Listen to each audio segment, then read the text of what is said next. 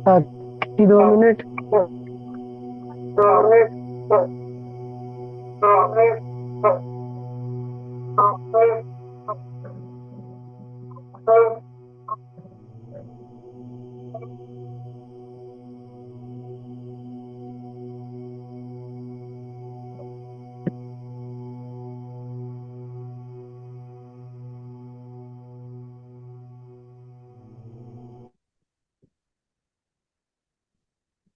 आखिरी 2 minute master. कोई भी आंखें ना खोले।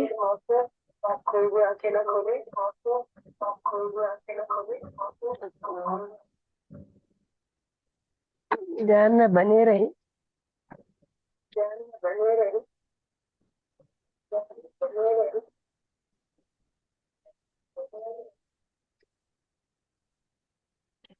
इको हो रही है, इको बहुत हो रही है बाहर।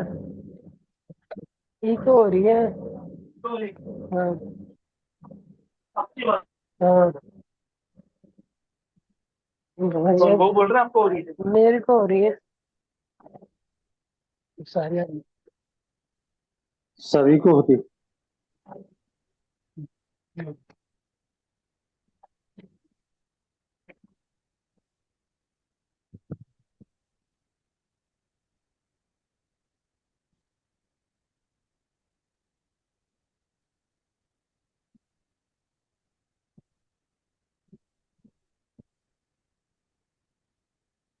तो मास्टर, सभी अपने ध्यान से बाहर आने के लिए तैयार हो जाएं।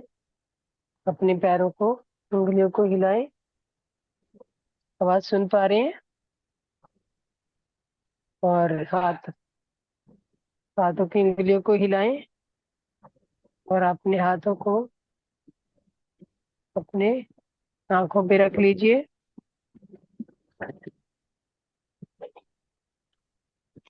तो मास्टर, आंखों के बीच में, हाथों के बीच में ही धीरे से अपनी आंखें खोलिए और एक मधुर मुस्कान के साथ ध्यान से बाहर आ जाइए।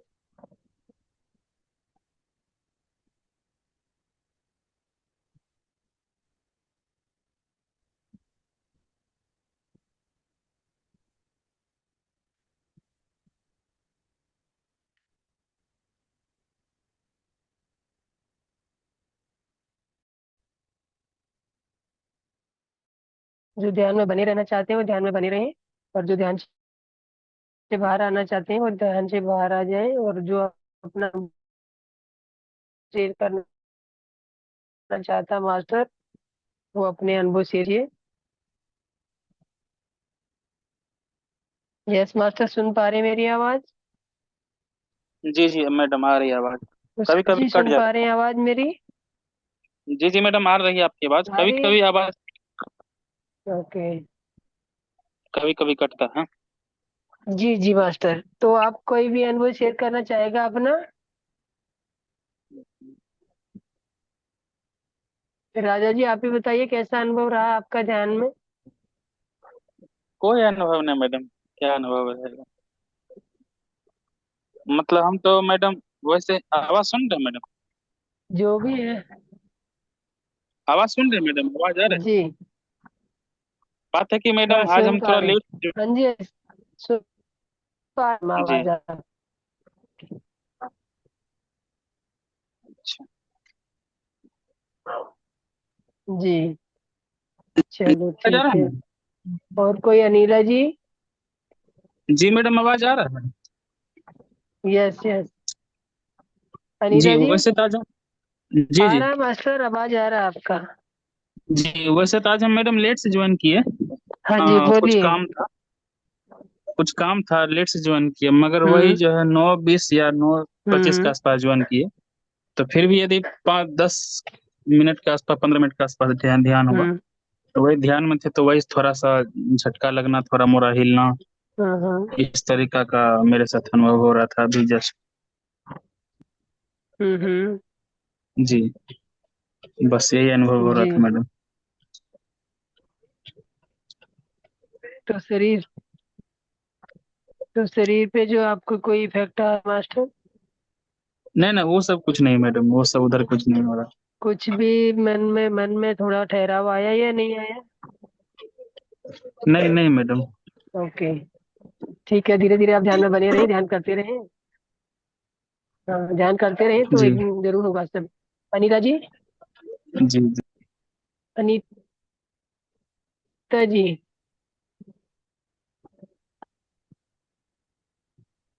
यस मास्टर, बोले। बबीता, सीपी शर्मा जी, हिमांगी जी, कोई भी अपना अनुभव शेयर करना चाहेगा तो अपने आप को अनम्यूट कीजिए। यस मैम मास्टर, ध्यान बोलेंगे में नहीं तो तो मैं कैसे जानूंगी आप? ध्यान में तो मेरा तो हमेशा ही ये रहता है कि जैसे ही ध्यान में बैठता हूँ 2 4 5 मिनट के बाद हम्म। कुछ पता नहीं होता कि मैं कहाँ हूँ क्या हूँ। आधा घंटा, हम्म। 35 मिनट, 40 मिनट, फिर एकदम से हाँ, अचानक तो महसूस मैं होता है कि आपसे मैं आज ये सोच रही थी, आप चक्रा ध्यान कराएंगे? चक्रा ध्यान मैम अगर हाँ, आप तो पहले बोल देते तो मैं वही मैं सोच चक्रा रही थी। ध्यान ही मैंने कराता। नहीं, आप लोगों का कन्वर्सेशन में सुन रही थी ना, तो मैंने कहा आप चक्रा ध्यान कराएंगे। मैंने ध्यान के बीच में बोलना मैंने अच्छा नहीं उचित नहीं समझा। मैंने कहा आप नहीं, ध्यान वो कर एक्चुअली चुके में हैं, बीच में डिस्टर्ब करना ठीक नहीं है। एक तो मास्टर का रिक्वेस्ट आ गया कि ओम मंत्रा की चैंटिंग लगा देना। मैंने कहा ओम मंत्रा में तो मैं वैसे ही खो जाता हूँ बिल्कुल एकदम, मेरे को कुछ पता नहीं होती। ओके। जी, क्योंकि मैंने यस। खुद ओम मंत्रा की चैंटिंग डाउनलोड कर ये। रखी है। तो मैं जब भी हम्म। मेडिटेशन में बैठता हूँ तो पहले थोड़ा सा प्राणायाम वगैरह करके उसके हम्म। बाद कानों में ऐसे ही लीड लगा के ओम मंत्रा की हम्म। चैंटिंग लगा दूंगा बस। उसके बाद पता ही नहीं होता मैं हूँ कहाँ। मेरे को हम्म। कुछ नहीं मालूम। जी।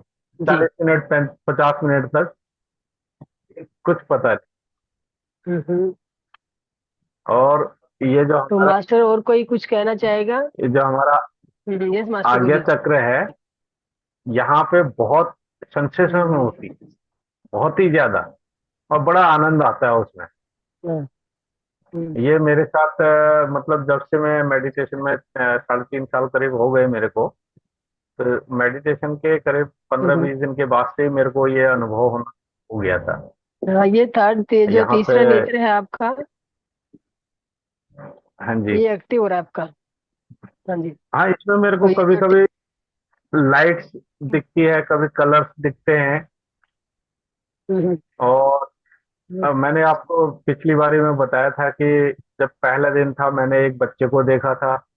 फिर मैंने हम्म। बीच में एक अपने आप को एक जंगल के तिराहे पे देखा था। ऐसे करके हम्म। अनुभव होते रहते हैं नए नए। हम्म। अभी काफी टाइम से कुछ अनुभव हम्म। हुए नहीं है। तो ये सब आप नोट डाउन कीजिए मास्टर। जो जो भी अनुभव होते हाँ हैं, ये अभी हाँ मानो ये डायरी। धीरे धीरे जैसे मेमोरी वो है, तो ये नोट डाउन करना चाहिए आपको। एक डायरी बना लीजिए।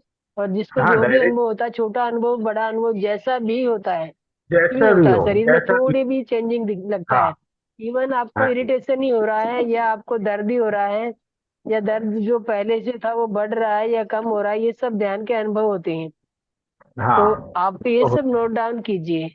तो बिना नोट जी। डाउन किए जब आप कैसे इतनी बातें याद नहीं रख पाएंगे ना। हाँ और जी। अगर नोट डाउन करोगे तो आपकी मेमोरी भी बनी रहेगी इन बातों के लिए। हाँ जी। तो मास्टर और कोई कुछ कहना चाहेगा? ये साहब का नंबर क्या है इनका, मास्टर साहब का? मेरा नंबर, मेरा जी जी बताएं। हाँ। नंबर लिखिए, 730। एक 7, एक 730, 36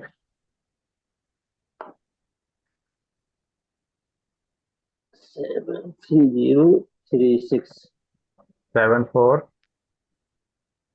74 608। 608। क्या शुभ नाम है साहब, मास्टर साहब? पुष्कर सिंह रावत, उत्तराखंड से हूँ। पुष्पक, उत्तराखंड पुष्कर, से। PUSHKAR, पुष्कर। पुष्कर सिंह रावत। पुष्कर सिंह हाँ जी। रावत। हाँ जी। अब कम से कम आपसे बात करके अच्छा लगा है, जो आपसे चर्चा कर सकते हैं दोबारा। अरे आपका सर ये तो आपके पास आपकी कितने बजे समय रहता है उस हिसाब से सर? समय मेरे पास यही शाम को 7 बजे के बाद, और और दिन में सुबह व्यस्त नौ बजे रहते हैं? से सुबह 9 बजे से पहले। अच्छा, फिर 9 बजे के बाद व्यस्त रहते हैं? हाँ जी। चलो ठीक है सर। जी। Thank you. आपका नाम मास्टर जी? ये मेरा नाम है, मैं भोपाल से हूँ। अच्छा जी, और जी। मेरा राम प्रकाश कुष्माकर, और मैं रिटायर्ड हूँ पुलिस से। ओके, बहुत ग्रेट। और कल बात करेंगे जब हैं? ठीक है जी। सर, फिर ठीक है मैम। यस मास्टर, किसी धन्यवाद। और को कुछ बोलना है या अपने सब्जेक्ट में आगे बढ़े? अपने सब्जेक्ट में आगे बढ़े, बढ़िया है सर।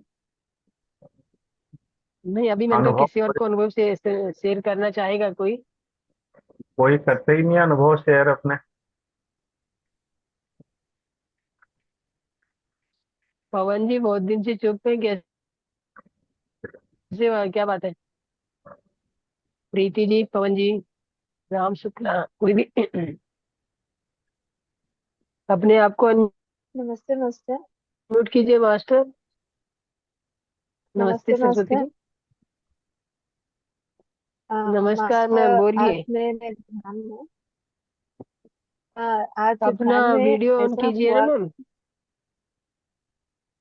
फिलहाल लाइट ऑफ है मास्टर, वीडियो जी। ऑन है, लाइट ऑफ है, बस ध्यान में थी ना, बस इसकी वजह से हम्म। अभी लाइट ऑन करती। जी जी जी जी, ठीक है। ध्यान में अभी आंखें खोलने की मन ही हम्म। नहीं हो रहा मास्टर, इसकी वजह से लाइट ऑफ है बस। मास्टर ऐसा हुआ, आज ध्यान में ओके, आंखें वैसे बंद ध्यान करके। करने में ठीक है। हाँ। ध्यान में बैठी हुई थी ना, बोलिए सरस्वती जी, तब बोलिए। हाँ, जब भी 10 साल हो। हम्म।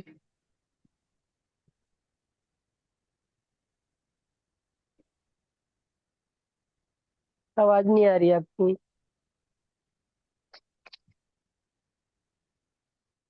आवाज नहीं आ रही मैम आपकी।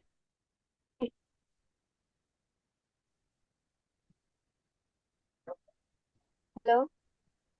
Hello. Yes hello Saraswati, master, बोलिए। यहाँ की आवाज अब आ रही है, अब आ बारिश। रही है आवाज आपकी, पहले नहीं आ रही थी।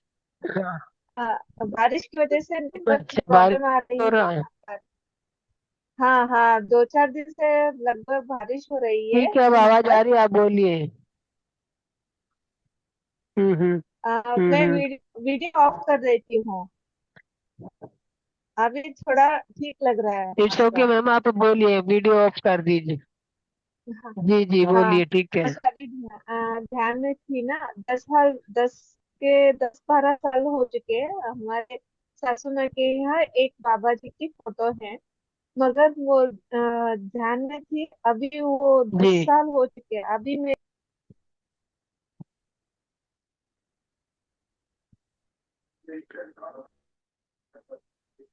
नहीं समझ पाए आप क्या कहना चाह रहे हैं,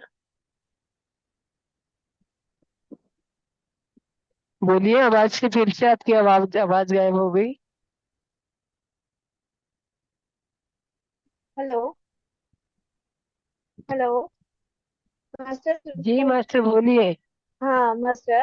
आप आज बोलिए। अभी हाँ, आज हाँ आप। आपके ध्यान में थी ना, अभी मैंने बाबा जी से रिक्वेस्ट की, बाबा जी जी। आपकी फोटो को मुझे याद करनी है, हम्म। मुझे उस फोटो को देखना है। फिर बाबा जी ने ऐसा चमत्कार की कि मुझे वो हम्म। फोटो ही मेरे आंखों के सामने आ गए बस मास्टर। वो बाबा जी की फोटो है वो, जी, ठीक है। ओरिजिनल फोटो है वो। हम्म। बहुत हम्म। अच्छा लगा। एक ऐसा लगा कि हाँ, बाबा जी मेरे आसपास ही हैं।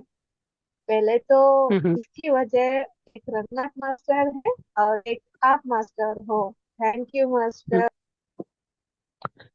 यस सरस्वती जी, अपना जो भी अनुभव है अपना नोट डाउन कीजिए और नोट डाउन एक अपना डायरी बना लीजिए, उस पर सब नोट कीजिए। तो मास्टर साहब, आज हमारा सब्जेक्ट है, सभी और किसी को अनुभव शेयर करना चाहे तो करिए, कीजिएगा, नहीं तो मैं आपको आज आगे के जो हमारा सब्जेक्ट है उसकी तरफ अग्रसर होते हैं। कोई बोलना चाहेगा?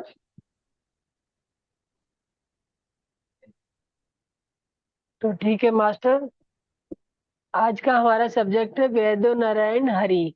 वेद नारायण हरि, हरि मतलब भगवान जो होता है, भगवान हरि किसको कहते हैं, नारायण किसको कहते हैं? आज मैं सबको विष्णु भगवान। बातचीत के जरिए से ये बताया वो बताना चाहूंगी, तो आप पे, हाँ, हाँ, तो विष्णु भगवान, तो थोड़ा थोड़ा आपको जवाब देना होगा। तो बताते रहे, साथ साथ बताते रहिए कि जैसे भी मतलब हरि को भगवान क्यों मानते हैं, उनके भगवान मानने के पीछे क्या राज है। वैसे तो डॉक्टर होते हैं, डॉक्टरों को भी भगवान का ही दर्जा दिया जाता है, क्योंकि भगवान के आगे डॉक्टर है, जो डॉक्टर जो एलोपैथिक में या आयुर्वेदिक में जो भी वो होते हैं, उनमें जो हमारे शरीर शारीरिक बीमारियों का जो इलाज करते हैं, वो डॉक्टर जो कहलाते हैं, वो भी भगवान ही कहलाते हैं। वैसे हर किसी का चलन है कि भगवान ही माने जाते हैं डॉक्टर भी आजकल के युग में। जब आदमी हर जगह से थक जाता है, हार जाता है, तो डॉक्टरों की शरण में जाता है, तो उन्हीं पे अपने आप को सरेंडर कर देता है। या तो भगवान के आगे सरेंडर किया जाता है या फिर डॉक्टर के आगे सरेंडर किया जाता है। तो वैसे जो भी वो कहते हैं ना, वैद वैद नारायण हरि, जो भगवान हरि है, नारायण हरि है, वही सबसे बड़ी डॉक्टर है मास्टर। और डॉक्टरों के बीच में भी, डॉक्टरों के उसमें अंदर बैठ के भी वही कार्य करते हैं। डॉक्टरों का अपना कोई वो नहीं है, जो भी वो करे करना चाहेंगे तो वही सब हो जाएगा। जैसे अभी अभी हमारे अभी 2 साल पहले जो भी महामारी आई थी, कोरोना महामारी आई थी, तो महामारी के समय में जो भी है किसको याद किया जाता है? जब भी कोई बड़ी महामारी आती है तो किसको याद किया जाता है? डॉक्टर को। हर कोई मतलब जी,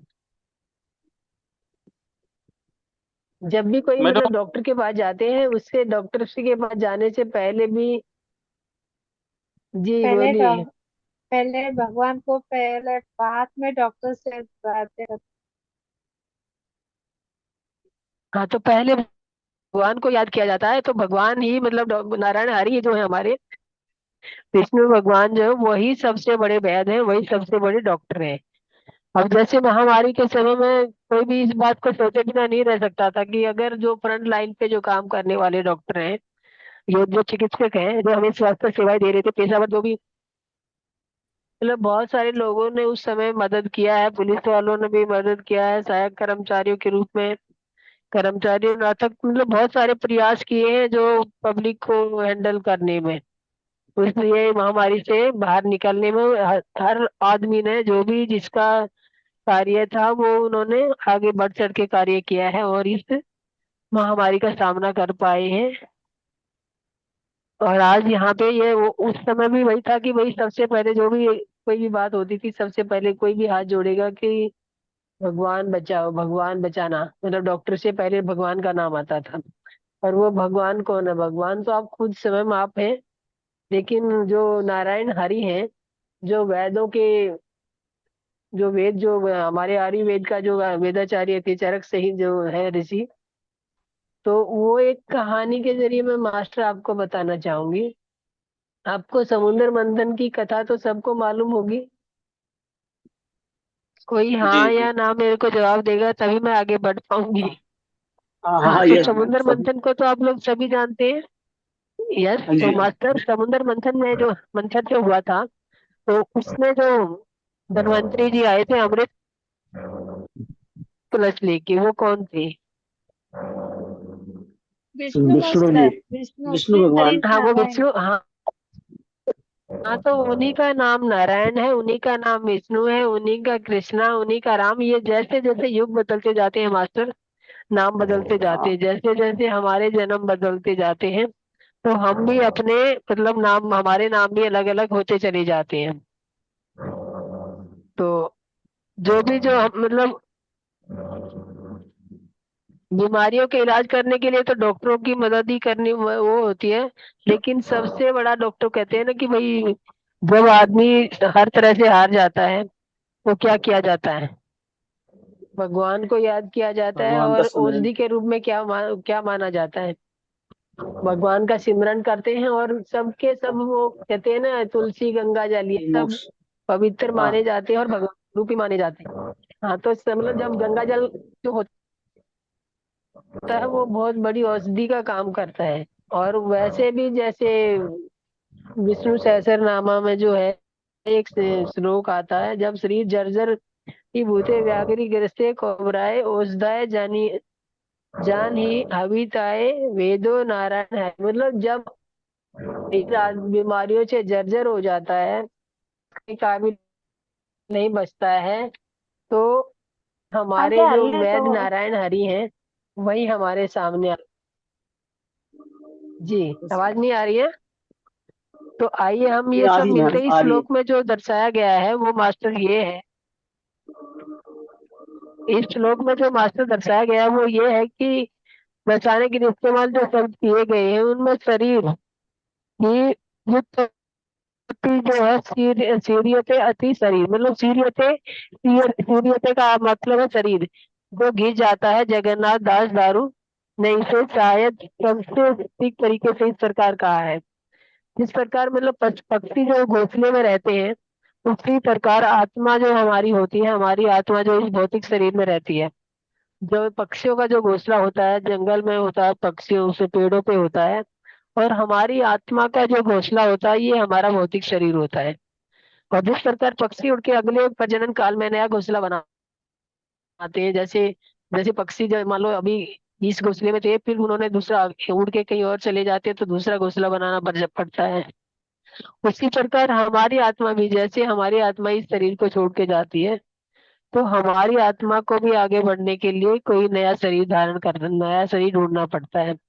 और वो शरीर का निर्माण कौन करता है?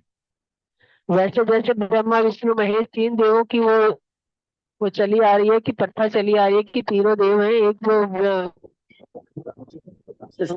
उसके अकॉर्डिंग टू भी भगवान नारायण को जो है उनको संसार की रचना मतलब पालन पोषण करने के लिए भगवान नारायण को ही कार्यभार मिला है। ब्रह्मा सृष्टि के तो रचना। नारायण ने ही सारा कार्य संभालना है, दुख दरिद्र। हाँ जी, हाँ जी। तो जो तो ऐसी स्थिति में जब शरीर रोगों से ग्रसित हो जाता है तो गंगा का पवित्र जल ही औषधि माना जाता है, औषधि के रूप में वो किया जाता है। और भगवान हरि ही दिव्य चिकित्सक के रूप में है। जो भगवान नारायण हरि है वही दिव्य चिकित्सक के रूप में है। विष्णु सहस्त्र नाम में हरि को भेषज, उनका जो नाम है भेषज, भेषज मतलब जो दवाओं का ज्ञाता है। और भीषक, भीषक जो दवाइयों को खत्म मतलब बीमारियों को खत्म करने वाला, जो दवाइयों को उत्पन्न करने वाला और बीमारियों को खत्म करने वाला भीषक, ये दो नाम उसमें विष्णु सहस्त्रनाम में वर्णित किए गए हैं। जिसका अर्थ ये है कि जो औषधि और वह जो चिकित्सक, जो मतलब औषधि और जो उसको बनाने वाला चिकित्सक, तो वो जब है वही विष्णु भगवान ही है, जो नारायण हरि ही है जिन्होंने औषधियों का निर्माण किया। और औषधियों के डॉक्टर वही हैं, तो उन्हीं वही हमारे वैद्य नारायण हरि हैं। और इस प्रकार अभी अभी आपने पहले एक प्रसंग भी महाभारत के टाइम में सुना होगा कि जब जब जो क्या नाम जैसे अश्वत्थामा ने जब उत्तरा के गर्भ में ही उसको जो बड़े राजा परीक्षित जो थे उत्तरा के गर्भ में आए थे, तो उन्होंने उत्तरा के गर्भ में ही राजा परीक्षित को खत्म कर दिया था। वो कैसे कि जब दुर्योधन हार चुका था, युद्ध हार चुका था, और दुर्योधन हारने के बाद उन्होंने बोला मुझे पांडवों के सिर काट के लाओ, ये अश्वत्थामा, तो मैं तभी मर पाऊंगा अपने चैन से, मेरी मौत भी तभी आएगी जब मैं पांडवों की मृत्यु देख लूंगा।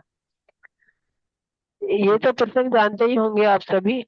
हाँ जी, हाँ तो जी, हाँ जी। अश्वत्थामा गए उनके पांडवों के उसमें, पांडवों के खेमे में गए, पांडवों के उसमें शिविर में गए। और उन्होंने द्रौपदी के पांचों पुत्र जो सोए हुए थे, सोए हुए को उन्होंने पांचों पांडव समझ लिया। और पांचों पांडव हाँ जी। समझने के बाद उनके पांचों के सिर काट के ले गया। पांचों के सिर काट लेता है, तो उससे उससे जो दुखी होते हैं फिर वो उनके पास लेके जाता है।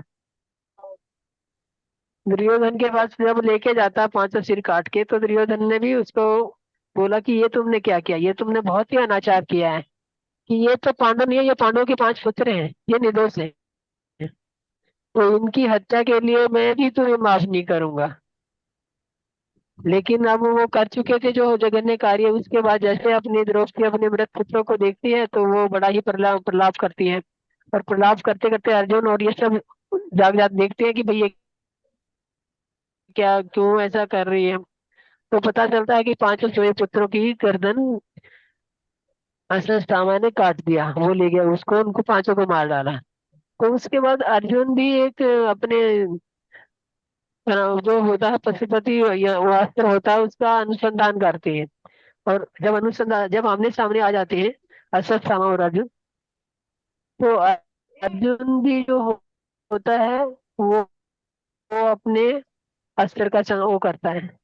लेकिन बीच में हमारे नारायण हरि आ जाते हैं, और उसी की तुमने बनाई नहीं है, तो इसको संहार करने का भी तुम्हें कोई राइट नहीं है, अधिकार नहीं है। तो ये ऐसा तुम कैसे कर सकते हो। तो अर्जुन को उन्होंने आदेश दिया कि भी तुम अपना जो ये जो तुमने ये अस्त्र छोड़ा है इसको वापस लो अपना। अर्जुन ने तो उनके कहने से वापस ले लिया अपना अस्त्र, लेकिन अश्वत्थामा उनके कहने से भी अस्त्र वापस नहीं लिया, और वो अस्त्र उन्होंने उत्तरा के गर्भ पे चला दिया। और उत्तरा का जो गर्भ में ही बेटा परीक्षित परीक्षित जो था, उनका पुत्र जो था, वो गर्भ में ही खत्म हो गया। तो सबसे पहले हमारे नारायण हरि, जो हम जिसको नारायण हरि वैद्य के नाम से जानते हैं, तो सबसे पहले वहां पे जाके गर्भ के अंदर जाके प्रवेश करके उन्होंने ही और परीक्षित के जान बचाई थी। तो ऐसा कोई डॉक्टर भी नहीं कर सकता। लेकिन इसीलिए कहा जाता है कि वैद्य नारायण जो है, इनसे बढ़ के कोई डॉक्टर नहीं है। और डॉक्टरों के बीच में भी नारायण ही वो बैठ के और हर स्थिति की संभालते हैं। जो भी जो स्थिति होती है उनको नारायण ही संभालते हैं, उनके मध्य उसके अंदर बैठ के, डॉक्टरों के अंदर में बैठ के। और उससे पहले जो परीक्षित को संभालने से पहले, उसके बाद में भी आपने सुना होगा जो एक, जब कोई भी भयभीत होता है तो नारायण का ही नाम लिया जाता है और नारायण के ही नाम का जाप किया जाता है। जैसे और सभी ये भी सोचते हैं कि जब नारायण अंदर गर्भ में जाके और बच्चे की जान बचा सकता है, तो बाहर जो पैदा हो चुके हैं, तो जो सामने दिख रहे हैं, जो सामने नजर नहीं आ रहा उसको जब उन्होंने जीवन दान दिया है, तो जो सामने जो दिख रहे नजर आ रहे हैं, तो उनको जीवन दान देने में उनके लिए कौन सी बड़ी बात है। इसीलिए जब समय खराब होता है तब भगवान नारायण के पे ही हमें भरोसा होता है, और उसी उसी उसके प्रसंग के आगे जाता है जो समुद्र मंथन के दौरान धन्वंतरी के रूप में अमृत कलश लेकर पैदा हुए थे, वही हमारे नारायण हरि हैं।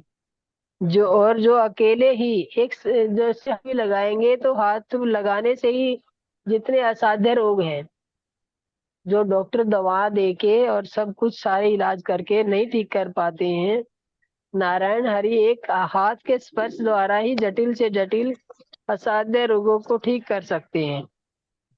और उन्होंने इसे बार बार साबित भी किया है। चाहे जैसे आपको आप लोगों के सामने एक प्रसंग और आता होगा कि जो कंस के जो उसमें थी, कंस की सेवा में एक कुब्जा नाम की वो लेडी थी, जो उनको चंदन लेके चंदन घिस के और चंदन का लेप लगाने के लिए उसके महल में देने जाती थी। चंदन का लेप वो मतलब वो उसका खूब निकला हुआ था और झुक के चलती थी। और उस जो जो कुब्जा थी, उसको कुब्जा को भी किसने जीवन दान दिया। तो कुब्जा एक दिन जा रही होती है, कंस के महल में जा रही है, उसकी वो अमृत कलश लेके जाती है कि मतलब वो क्या नाम है, चंदन का वो लेप लेके, और चंदन का कटोरा भर के जाती है। चंदन का लेप रावण के महल में दिया जाता था, उसमें सॉरी कंस के महल में दिया जाता था, और कंस उसका उपयोग करता था, उनकी जो प्रसादिकाएं थी वो उस पे लेप करती थी। और लेप करने के बाद चंदन मतलब जो चंदन के लेप करने के बाद ही जो कंस था वो उनसे स्नान करता था। और वो उनकी ड्यूटी जैसे लगा दी होती है कि ये सब इसका उस कुब्जा की ड्यूटी यही थी कि उनको डेली चंदन का लेप बना के वो दे के आती थी।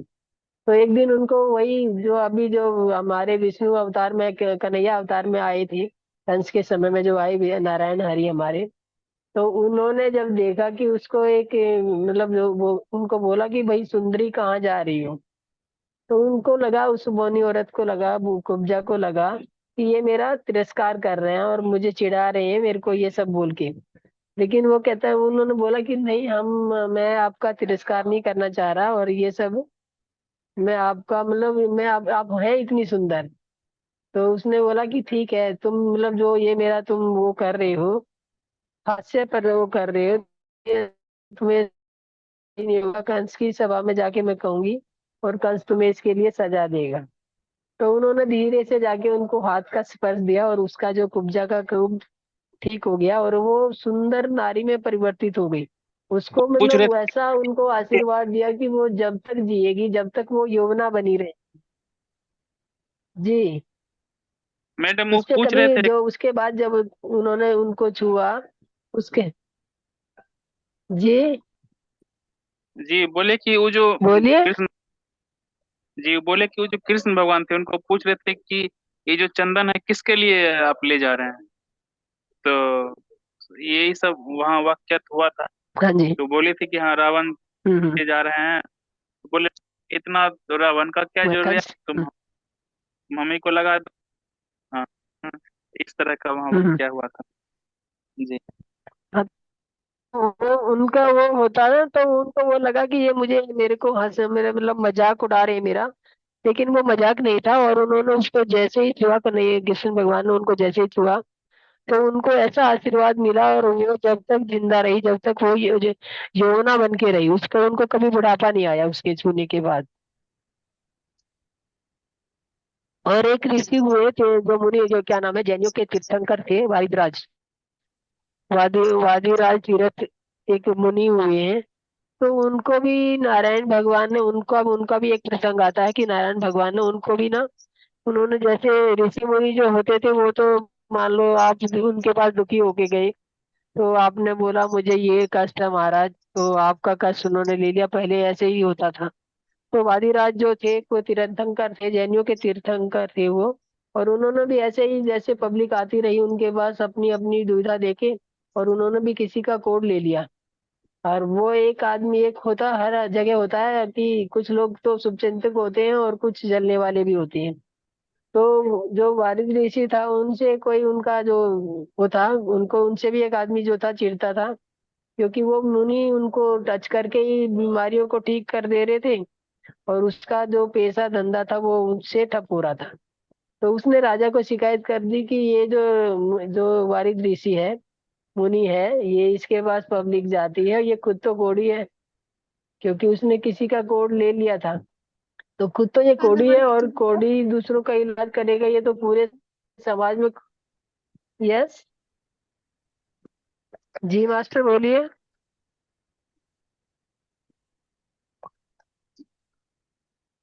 उन्होंने बोला कि भी ये कोढ़ से ग्रसित है, ये जो वारिद मुनि है, ये कोढ़ से ग्रसित है और ये कोढ़ ही इसके पास जनता आ रही है, तो जनता भी कोढ़, आपका पूरा राज्य जो होता है वो कोढ़ग्रस्त हो जाएगा, तो इसको यहाँ से हटाया जाए। तो राजा तक ये शिकायत पहुंचती है, तो राजा राजा की एक प्रसादिका होती है, तो वो भी वारिद मुनि को बहुत मानती थी, तो वो जैसे ही वो उनको नाम सुनती है,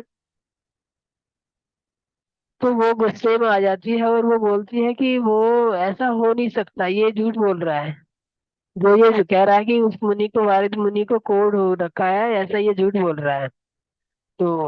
तो राजा ने बोला कि ठीक है, हम सच और झूठ का उनके पास जाके ही फैसला कर लेते हैं। तो राजा ने अपने मंत्रियों को साथ लिया और उस आदमी को लिया जिसने शिकायत की थी, कि भाई चलो बताओ कि वहां पे वारिद मुनि कहाँ पे रहते हैं, वादिराज मुनि जो है वो कहाँ रहते हैं, और उनके पास जाया जाए और उनको ये देखा जाए कि कोर्ट से ग्रसित है, तो उनको हम अपनी पब्लिक पे क्यों आने देंगे। तो राजा जैसे ही जाता है उनके पास, तो वो बिल्कुल चमकदार, उनके शरीर से बिल्कुल चमक निकल रही थी और एकदम बहुत सुंदर रोशनी उनके शरीर से प्रकट हो रही थी, जैसे सूर्य की किरणें प्रकट होती हैं। तो राजा की आंखें चुंधिया रही थी उनको देख के। तो राजा कहते हैं कि ये इतनी तेज रोशनी कहाँ से आ रही है। तो वो जो प्रसादिका होती है राजा की, वो कहती है कि ये वादिराज मुनि के शरीर से आ रही है। तो वो दूसरा वाला जो पहले से जिसने शिकायत की थी, उन्होंने बोला कि नहीं, ये ऐसा कुछ भी नहीं है, वो उसके शरीर से तो कोर्ट की बदबू आती है, दुर्गंध आती है। तो जैसे वो राजा फिर आगे जाता है, उसके पास जाके देखता है, तो वो जो कह रही होती है कि राजा के, ये वादिराज मुनि के शरीर में इतनी चमक थी। तो वहां जाने के बाद राजा भी नतमस्तक हो गया। और वो कहते हैं कि नारायण हरि जिसको बनाना चाहे, ऋषि मुनि किसके आश्रय में बैठे होते हैं? हमारे तुम्हारे इस पे तो बैठे नहीं होते, वो तपस्या कर रहे होते हैं, तो वो भगवान की तपस्या कर रहे होते हैं, नारायण हरि की तपस्या कर रहे होते हैं। तो उन जो उनका जो उनके नाम पे जो बैठेगा, उनकी से उनके उससे जो अपना सब कुछ सौंप देगा, दाव पे लगा देगा, तो वो उसको कभी हारने देंगे क्या? तो इसी प्रकार हम लोगों को भी, अगर हम पूरी आस्था, पूरी सब कुछ उन्हीं पे छोड़ देंगे, तो हमारे पास भी कोई भी बीमारी या कोई भी ऐसी चीजें नहीं आ सकती। और जो आती है हमारे पास, तो इसीलिए आती है कि हमारा विश्वास डगमगा जाता है, हम पक्का विश्वास नहीं कर पाते और उसमें ये बट परंतु ये सब लगाए रखते हैं। और फिर वादिराज के पास जैसे राजा ने गया, और राजा ने जाके देखा, तो उन्होंने बोला कि आपको तो कोढ़ हो गया था। कहता है, मतलब ये जो कह रहा था, आपकी शिकायत की थी इसने, कोई कोढ़ हो गया है आपको। लेकिन ऋषि जो होते हैं मास्टर, वो इतने दयालु होते हैं, वो अपना जो गलत करने वाले को भी माफ कर देते हैं। उस पे भी वो कोई आँच आए ऐसा वो महसूस नहीं, वो नहीं के समझते। तो उन्होंने कहता कि हाँ, ये जो कह रहा था वो ठीक है। कहता तो लेकिन आपका शरीर तो इतना चमकदार और इतना खुशबूदार है, आपके शरीर में तो कोई खोट के निशान, नामो निशान नहीं है। तो आप ये कैसे कह सकते हो कि आपके शरीर पे कोट था?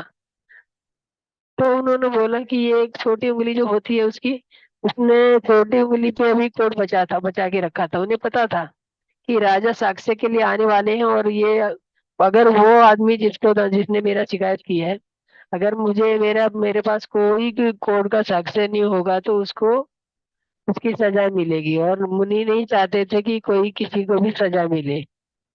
प्रकार उन्होंने फिर अपनी उंगली दिखाई, महाराज ये जो कह रहे हैं ये ठीक कह रहे हैं, ये मेरी छोटी उंगली जो है, अभी भी इसका कोड गया नहीं है।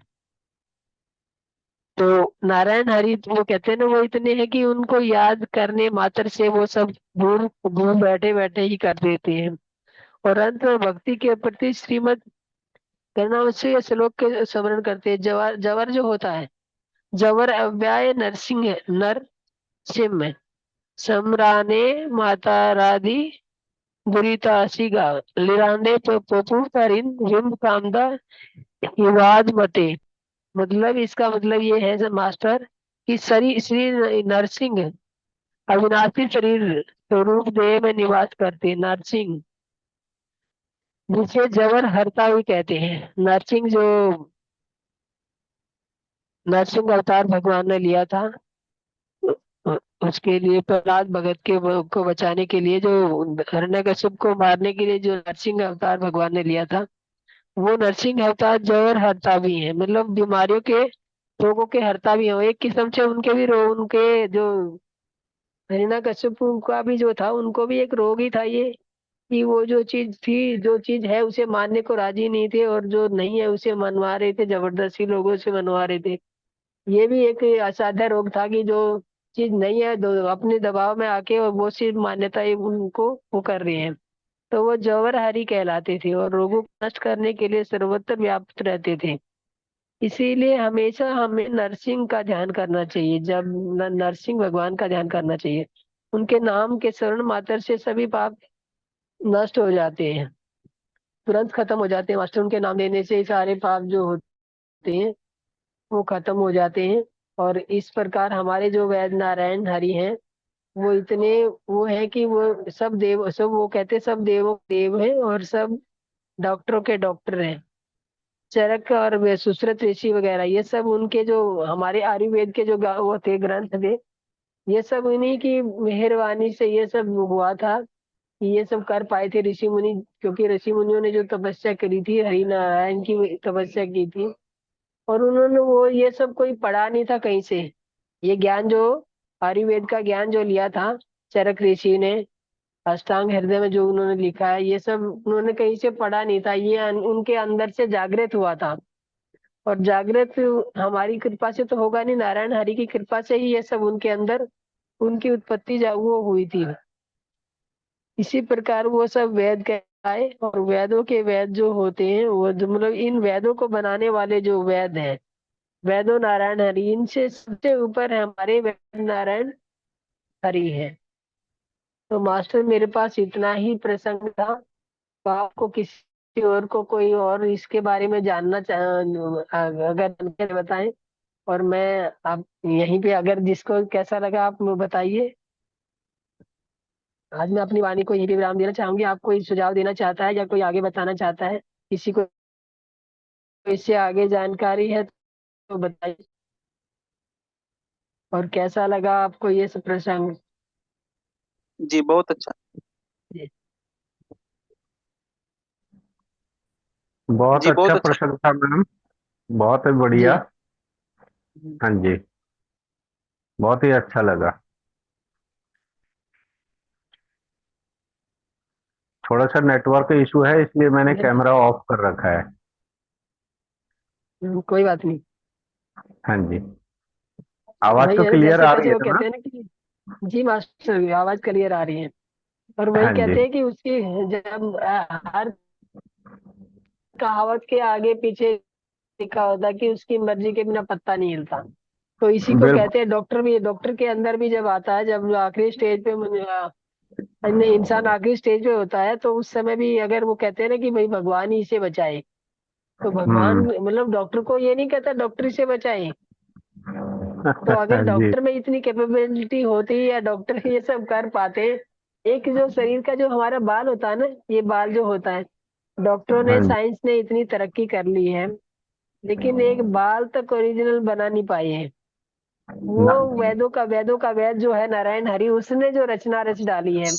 एक शरीर का बस। वो कहते हैं ना, जो भी एक अंग एक पार्ट जो भी हो जाता है, कृत्रिम चाहे उससे बढ़िया बना देंगे, अच्छा बना देंगे, लेकिन वैसा नहीं बना पाते हैं। तो ना। उस वेद के आगे कोई भी वेद नहीं है। इससे बढ़ के कोई वेद ना हुआ है, ना होगा, और ना होने की कोई संभावना है। बिल्कुल मैम। वो कहते हैं बिल्कुल। जिसको राखे, वो कहते हैं जिसको राखे साइयां मार सके ना कोई। तो बहुत विषम परिस्थितियों में भी कई लोग बच जाते हैं। हाँ जी, कितना देखे हैं। भयंकर दुर्गति है, और एक आदमी बिल्कुल बिल्कुल उसको बाल बाका नहीं हुआ, उसको कुछ खरोच भी नहीं आई वो, और बाकी बहुत सारे लोग उसमें मिसहैपनिंग को वो हो गए। लेकिन बचाने वाले मारने वाले वो सभी हैं। और ये भगवान ने हर जगह भगवत गीता में भी कहा है कि भाई मेरे मैं को ही सब हूँ, सब कुछ मैं ही हूँ। बिल्कुल मैम, मुझे थोड़ा सा आपकी बात को बीच में काट रहा हूँ। अभी ये कुछ टाइम पहले जब ये जी जी छतरपुर से गुड़गांव के लिए जो मेट्रो का काम चल रहा था, तो सुल्तानपुर मेट्रो के जी जी। यहाँ पे एक लोहे का सरिया एक हम्म आदमी के सर में घुस गया था, सर के आर पार, हम्म। इस कान से उस जी कान की तरफ। जी और उस बंदे को वैसे ही लेके गए थे हॉस्पिटल सफदरजंग, जी। और वहां उसकी वो रॉड निकाली और उसको ट्रीटमेंट दिया। तो हम्म। अगर भगवान की मर्जी होती तो रॉड घुसने के बाद वो बंदा खत्म था, जी जी जी। है ना? तो ऐसे ही कई सारे हाँ हमारे जी हाँ सामने जी। ही एग्जाम्पल ऐसे आ जाते हैं कि हम्म अविश्वसनीय है, हम्म जिनके ऊपर मतलब इतनी जल्दी कोई विश्वास भी नहीं कर पाएगा, ऐसे ऐसी हम्म। घटनाएं सामने हो जाती हैं। जी। हाँ जी। तो यही तो है कि वो इसलिए उससे सबसे उससे सबसे बड़े तो वही हैं, उनके आगे तो हम्म, कुछ भी नहीं है। वेद बनाने वाले ये सब वही हैं, और उन्हीं के बिल्कुल। चलाए हम सब चल रहे हैं। जी। तो वो ना चाहे तो वो कहते हैं ना, अच्छा भला चल, मतलब ठोकर लगती है गिरते हैं, और चल बचे जी, बैठे बैठे बिस्तर में आजकल ये सब सुनने को आ रहा है। जी। जितना जितना विज्ञान ने तरक्की की है वो विनाशकारी हुई है, उतनी साबित, उतनी जो इसीलिए कार्यकारी नहीं साबित हुई है, जितना भी तरक्की विनाश से अभी इसने की है विज्ञान ने।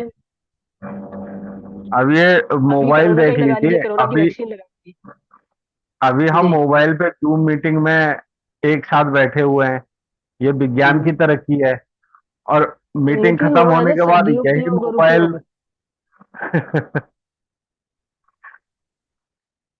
उपयोग। जी। हाँ जी।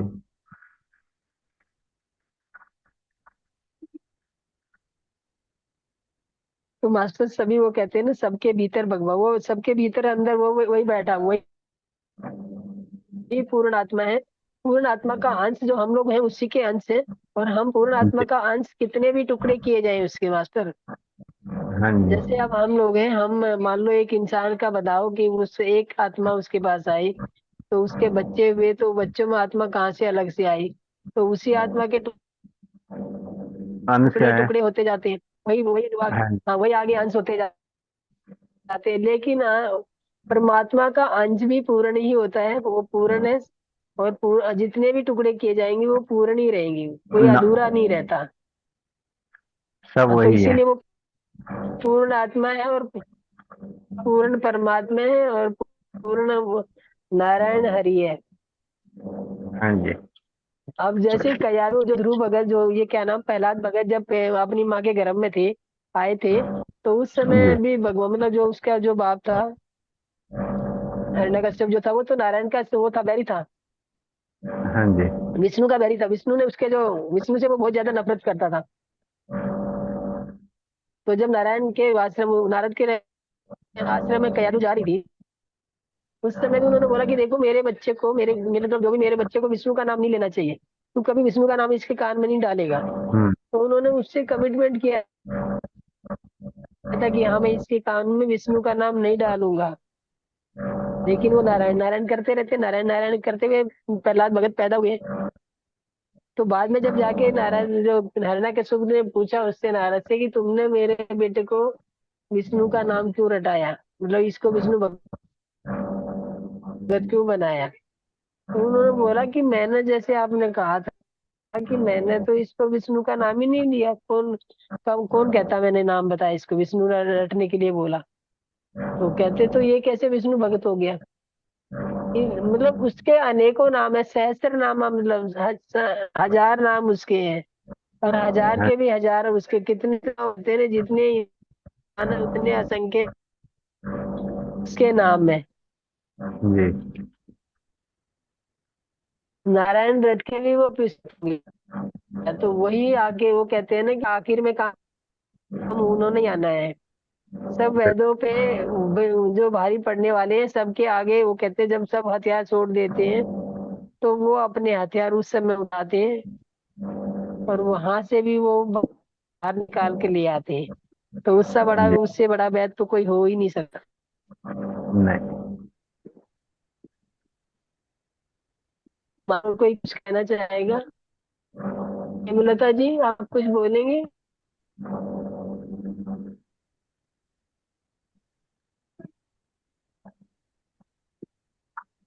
तो मास्टर कोई कुछ नहीं बोलना चाह रहा, पूछना नहीं चाह रहा, कोई किसी का सवाल है तो पूछ सकते हैं, और नहीं सवाल है तो फिर हम अपनी वाणी को यहीं पे विराम मेरा देते हैं। जी। जी बोलिए मास्टर। जय हरि। जी। हरि का नाम लो, हरि, जय हरि। ओके। ओके। वो तो देखो, आप लो ना लो, वो आपके अंग अंग में वो जागृत है। आप उन्हीं उसी मिट्टी से बने हुए हैं, जिसका नाम हरि है, जिसका नाम नारायण है, उसी के ही अंश हैं आप। हरि, बिल्कुल सही है, उसका सही अंश फरमाया। भी वो कहते हैं ना। हाँ, तो उसी के अंश है। और आप लोग जैसे मान लो मिलिट्री वाले हैं या कुछ है, वो किसका सहारा लेके, अब लेह लद्दाख में जो बैठे हैं, इतना जीरो से भी माइनस टेम्परेचर होता है, हड्डी गलाने वाली ठंड होती है, वो किसके सहारे बैठे हैं?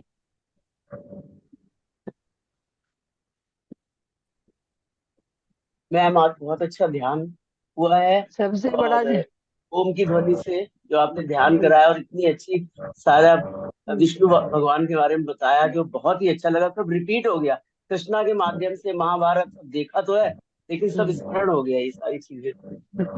जी। जी, मतलब छोटे छोटे प्रसंग, एक्चुअल में विष्णु वैद्य नारायण हरि के बारे में कोई, मैंने काफी खंगाला, लेकिन कहीं ऐसा कुछ मिला नहीं। और कोई भी मास्टर लेने को राजी नहीं हो रहा था। मन का जितनी जानकारी मैं जुटा पाती हूँ, तो बहुत अपने अच्छी साथियों को जानकारी दी आपने। देते हैं। जी, थैंक यू मैम।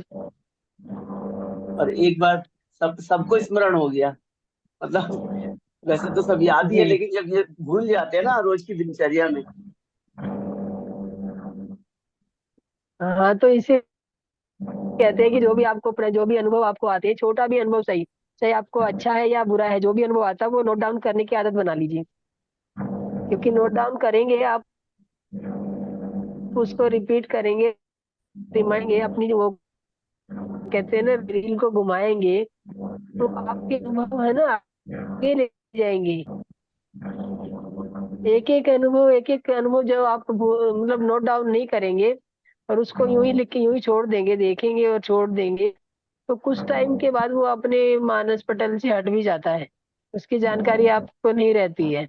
और नोट डाउन करेंगे तो आपको उसकी जानकारी रहेगी, उसको जब मर्जी रिमाइंड कर सकते हो। और फिर कोई नया अनुभव इसके साथ जुड़ेगा तो उसको जोड़ के आप उसका वो निकाल सकते हो, हल निकाल सकते हो। यस मास्टर, किसी और को कुछ पूछना है या कहना है?